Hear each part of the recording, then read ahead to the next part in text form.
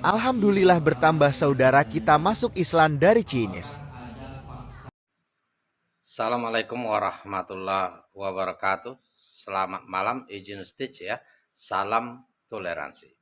Saya ingin menanggapi video yang singkat ini. Andi Chinese ya, bersahadat. Masya Allah. Kita ucapkan Alhamdulillah ya. Beliau patut bersyukur ya, nikmat apalagi yang diingkari. Ketika kita sudah menerima Islam, beriman kepada Allah SWT dan Nabi Muhammad Sallallahu Alaihi Wasallam sebagai utusan Allah yang terakhir, penutup para nabi, maka itulah nikmat yang tertinggi yang akan menyelamatkan kita mendapatkan ridho dan rahmat Allah Subhanahu wa taala. Sebagaimana Allah Subhanahu wa taala berfirman, "Atiullaha wa atiur Rasulullah la'allakum turhamun." Ketaatan pada Allah dan Rasulullah sallallahu alaihi wasallam merupakan salah satu jembatan untuk menuju rahmat Allah Subhanahu wa taala. Ya. Sebelum syahadat, Andi, seorang pemuda yang gagah ini ya, dengan penuh semangat ditanya, apakah ada paksaan, intimidasi, pengaruh dari manusia, intinya memeluk agama Islam? Dia jawab dengan tegas, tidak ada, atas kemauannya sendiri. Ditanya, apakah masih ada kedua orang tua? Masih. Maka disarankan agar berlaku baik kepada kedua orang tua dan hukumnya wajib katanya. Dalam hal ini saya ingin menanggapi akhlak kita. Setelah akhlak kita kepada Allah Subhanahu wa taala dengan menghambakan diri kepadanya, sebagaimana Allah Subhanahu wa taala berfirman, "Ya ayuhan nasu budu rabbakumul lazi khalaqakum wallazina min qablikum la'allakum tattaqun." Wahai manusia, kata Allah, sembahlah Tuhanmu yang menciptakan kamu, menciptakan orang-orang sebelum kamu, agar kalian termasuk manusia yang bertakwa. Karena orang yang bertakwalah janji Allah akan dimasukkan ke dalam surga. Innal muttaqi nabi jannati wa uyun. Di luar menyembah Allah berarti tidak bertakwa, tidak akan masuk surga. Itu artinya. Di dalam hal ini, akhlak kita kepada Allah Subhanahu wa taala, manakala kita mengikuti firman-Nya dengan sesungguh-sungguhnya, maka tidak perlu dikhawatirkan. Bukan hanya sholat, bukan hanya membayar zakat, puasa, haji, umroh dan lain sebagainya untuk mendapatkan rahmat Allah Subhanahu wa taala, tetapi akhlak kita juga kepada sesama manusia wajib hukumnya, khususnya kedua orang tua. Ini semua dijelaskan di dalam Al-Quran. Sebagai contoh misalnya, dalam surat Al-Isra ayat 23.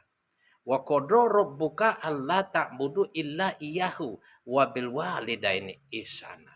Imma yabluguna indakal kibaru ahaduhuma aw kilahuma fakul lahuma qaulan karima.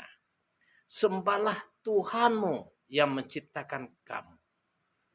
Dia memerintahkan agar menyembah Dia dan tidak selain Dia. Berbuat baik kepada kedua orang tuamu. Apabila salah satu atau keduanya lanjut usia, maka kewajiban kamu untuk memelihara, menafkahi, menjaga tempat tinggal, kesehatan, dan lain sebagainya. Dan janganlah kalian berkata kasar seperti membentak, apalagi yang lain menyakiti badan misalnya, maka perlakukanlah mereka dengan akhlak yang mulia. Itu sebagai salah satu contoh. Dan banyak sekali ayat-ayat lain. Sebagai contoh misalnya, kita dituntut oleh Allah Subhanahu wa taala untuk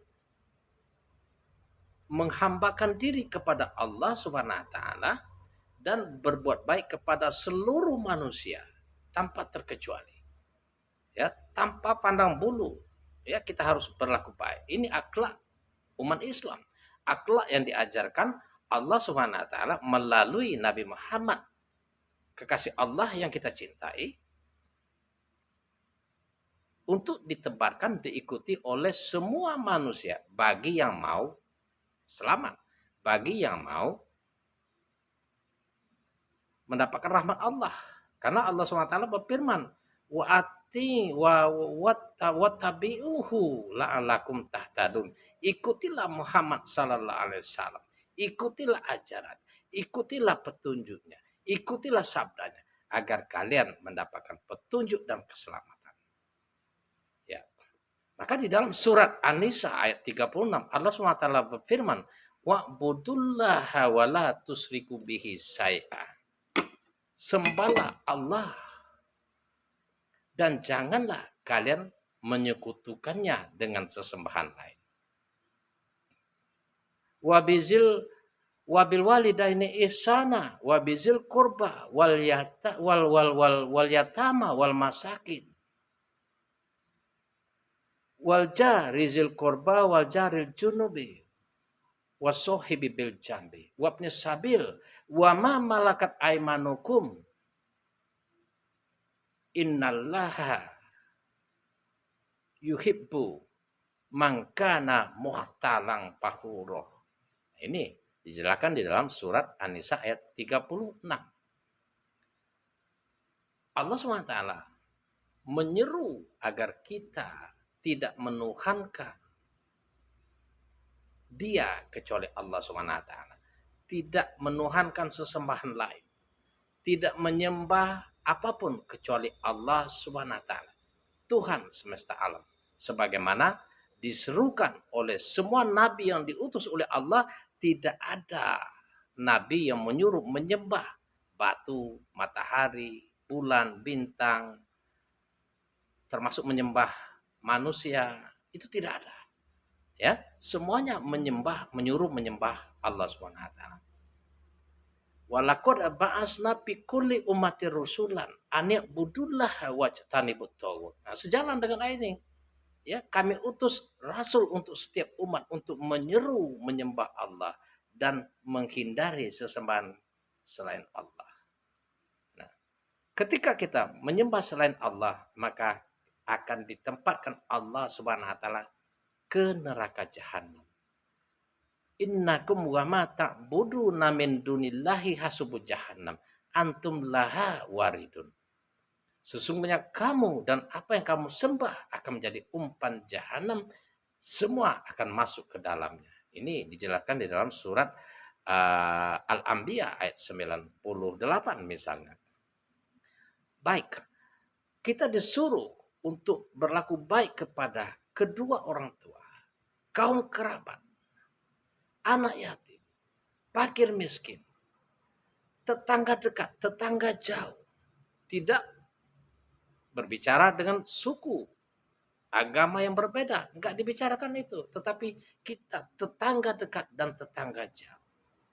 Rekan kerja. Orang di dalam perjalanan yang baik. Yang kekurangan bekal misalnya. Kecelakaan dan lain sebagainya. Kepada pembantu-pembantu kita misalnya. Kalau dulu budak, kepada budak harus berlaku baik. Ya.